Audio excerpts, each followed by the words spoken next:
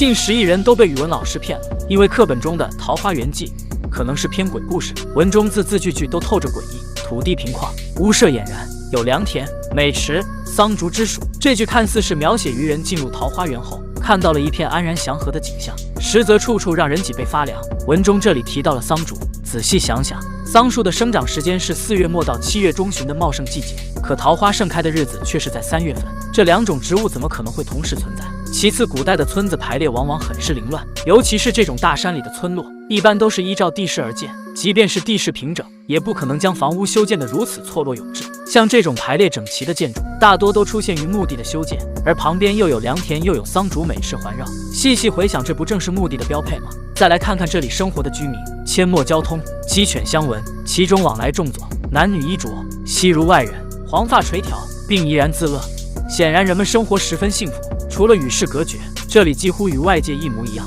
而且穿戴也和当时的时代十分吻合。可问题就出在了这里，因为下文当渔人询问时，这里的居民告诉他，是他们祖上躲避秦时战乱才来到了这里，而且再也没有出去过。那么问题来了，既然没出去过，穿着又怎会与现在魏晋时期的服饰一样呢？要知道，东晋距离秦朝已经过去将近500多年了，每一代朝代更替，其文化服饰自然也会有相应的变化。而古代又没有手机也没有网，桃花源的人怎么知道当下流行的是什么样的衣服呢？因此这里的解释就只有一个，这些衣服其实都是桃花源人民在外面的后人烧给他们的。见渔人，乃大惊，问所从来，具答之，便邀还家，设酒杀鸡作食。之前文中提到桃花源居民与外界服饰一样，那为何见到渔人会大惊呢？难道是感觉到渔人和他们其实并不一样？或许有人会觉得，是因为桃花源人很久没有见过外人，所以才感觉到吃惊。这个暂且不提，我们接着往下看。渔人被邀请去居民家里摆酒杀鸡招待，这里似乎是没什么问题，但诡异的就在下一句：村中闻有此人，闲来问讯，自云先是避秦时乱，率妻子一人来此绝境，不复出焉，遂与外人间隔。